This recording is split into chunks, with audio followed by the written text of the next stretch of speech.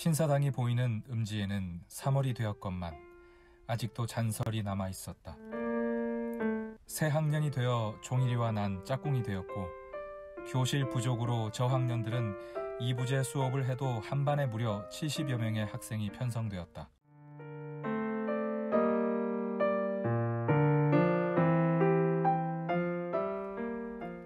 (2인용) 책상이 5줄이었지만 언뜻 줄 구분이 되지 않을 정도로 책상이 닥지닥지 붙어있는 목재로 지은 삐걱거리는 낡은 교실이었다.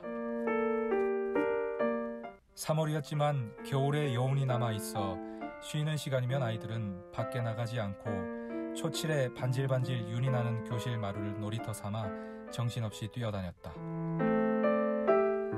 서먹해했던 새 학년 교실 분위기도 한 달이 지나자 모두가 익숙해졌고 2학년 때 서로 다른 반이었던 친구들과도 금방 친해질 수가 있었다. 내 앞자리에 앉게 된 최종이는 겉보기에도 부유한 티가 나 보였으며 아버지는 면사무소 높은 직위에서 일을 한다고 했다. 항상 양복에 넥타이 차림을 한 최종이 아버지는 자주 선생님을 만나러 왔고 주위의 관심만큼 공부도 잘해 선생님의 귀여움을 한몸에 받았으며 그의 주위에는 항상 놀아주기를 바라는 아이들로 북적대고 있었다. 왜냐하면 서울에서 직장을 다니는 큰형님이 사서 보냈다던 하얀 토끼가 새겨진 울러매는 책가방 속에는 자석식 2단 필통은 물론 시골에선 구경하기도 힘든 진귀한 학용품들로 가득했기 때문이다.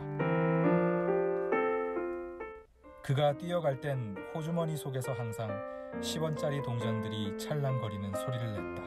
언젠가 10원짜리 동전 하나가 그의 호주머니 속에서 튀어나와 마룻바닥에 떨어지자 아이들은 서로 흘린 동전을 차지하려고 한바탕 소동이 벌어졌지만 그는 안타까워하는 표정 하나 없이 제자리로 태연하게 돌아가 측은한 눈빛으로 아이들을 바라보았다.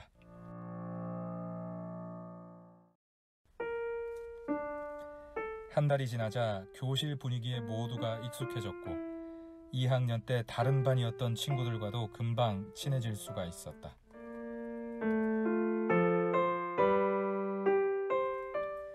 5, 6학년들의 마지막 수업이 들어갈 때쯤 우린 종례를 했다.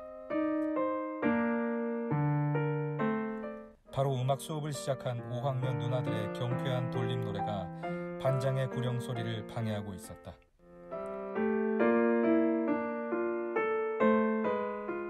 종례가 끝날 때쯤 최종이가 선생님 하며 울음 섞인 목소리로 웅성거리는 교실 분위기를 단숨에 제압했다.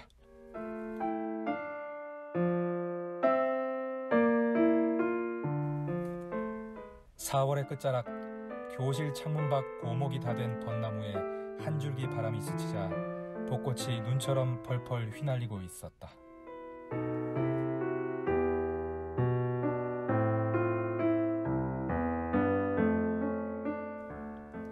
제2부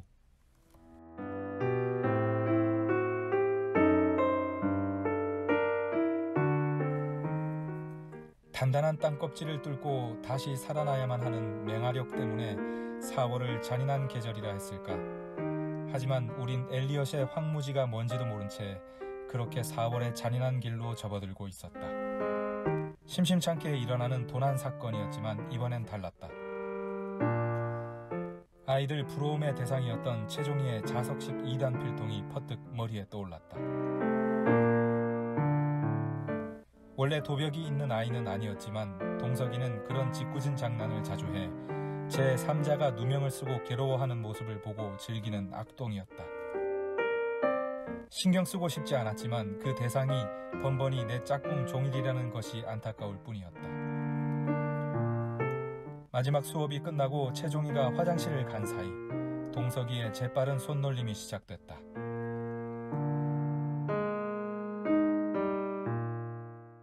앞자리에 최종이 가방에서 뭔가를 황급히 꺼내 종일이 서랍 속에 깊숙이 집어넣는 걸 보고야 말았다.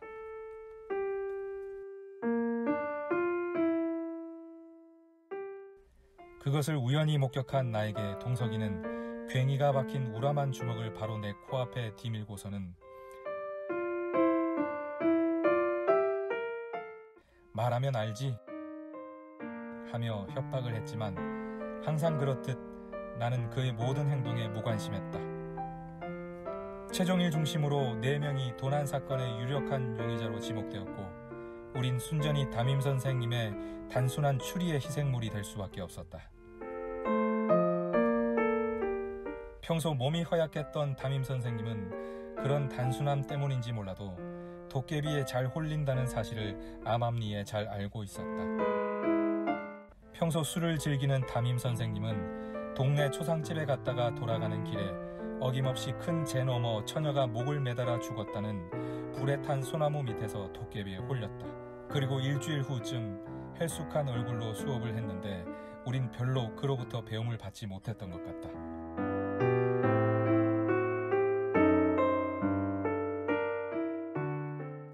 담임 선생님은 최종일을 중심으로 주위에 앉은 금용이, 상호, 짝꿍 종일이 그리고 나를 포함한 4사람을 교단 앞에 나란히 꿇어앉히고 반장에게 리기다 소나무 잎을 따오라고 지시했다.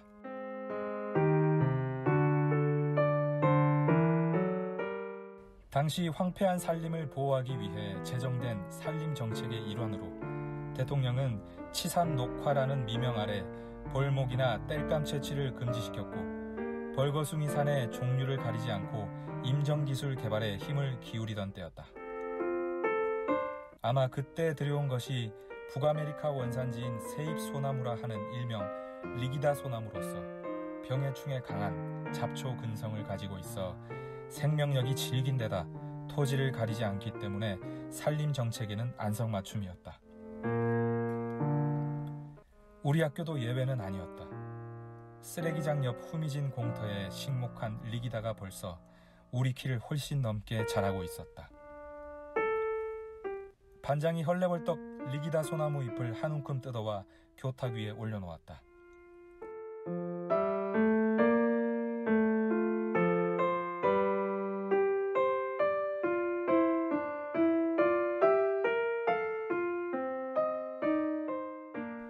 어느새 5학년 누나들의 마지막 수업이 끝나고 창밖에는 와르르 쏟아져 나오는 계집아이들의 제잘되는 소리가 들려왔다.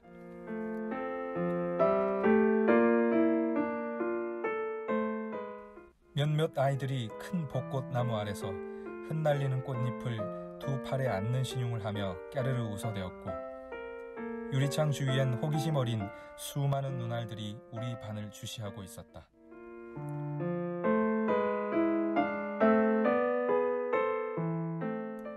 담임 선생님은 우리로 하여금 리기다 소나무 잎을 입에 물게 하였다. 그리고 이렇게 말했다.